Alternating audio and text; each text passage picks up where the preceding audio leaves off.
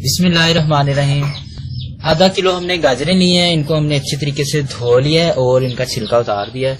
और अब हम इनको अपनी पसंद के मुताबिक काट लेंगे, जैसा भी काटना चाहते हैं हम थोड़ा बारीक काटेंगे ताकि वो जल्दी गल जाएं।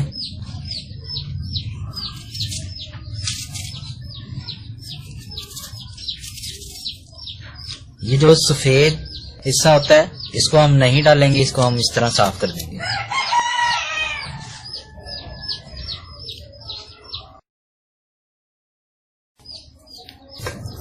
गाजरों के हमने छोटे पीस किए हैं ताकि जल्दी गल जाएं। अब इसको शुरू करते हैं। एक बर्तन में अपनी गाजरें डालेंगे। आधा किलो गाजरें थी और आधा किलो ही हम चीनी डालेंगे।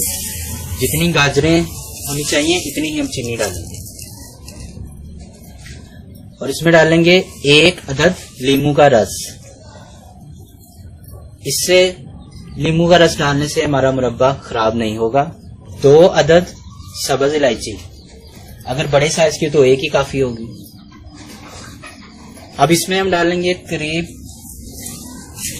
1.5 गिलास पानी।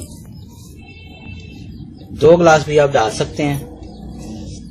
अब इसको उबलने के लिए रख देंगे।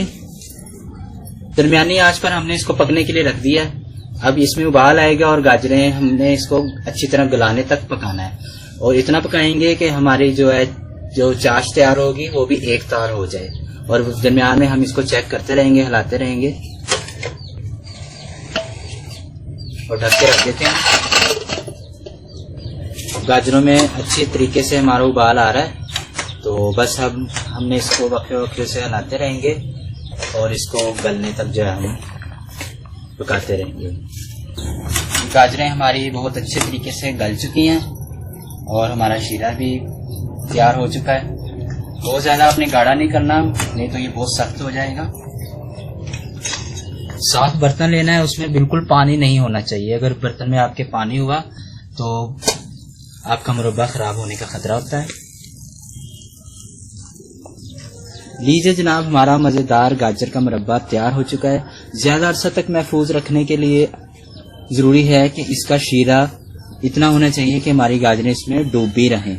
तो आपका ये 5-6 महीने तक भी इंशाल्लाह खराब नहीं होगा। अगर आपका शीरा कम होता है तो आप इसको फ्रिज में रखेंगे। तो इसी तरह ये जिस तरह आपको नजर आ रहा होगा इस तरह ये शीरा इसका होना चाहिए।